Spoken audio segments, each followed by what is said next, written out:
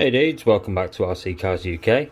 Now today we're going to be making a little scale subwoofer box. Now I'm sure if you follow my channel for a little while you saw the scale subwoofer Bluetooth sound system install that I did in a New Bright 1.6 F350 cab recently.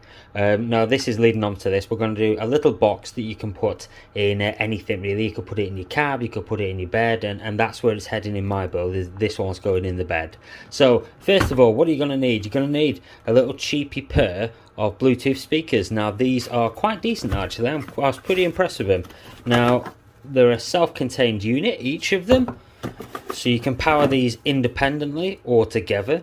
Now these were $9.99 a pair, as I said. They're powered by one 18650 lithium ion battery, which is I think is a 3.7, and they give a 3 watt. So they're both a 3 watt RMS, but it is 3 watt, genuine 3 watt, because they do sound quite good actually.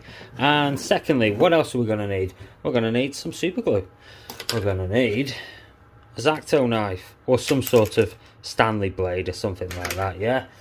We're going to need a screwdriver to take the screws out of here.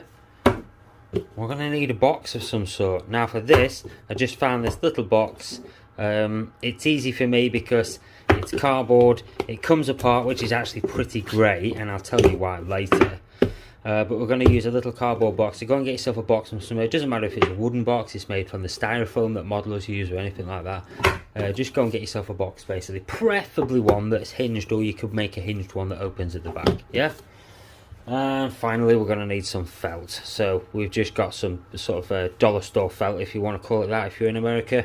Now this is about 50p a sheet over here in the UK, and that's going to be to cover our top and face of our box and sides, yeah. Right, so let's get cracking. What we're going to do first, we're going to take these screws out the back of this and dismantle it, and then we can have a look what's inside.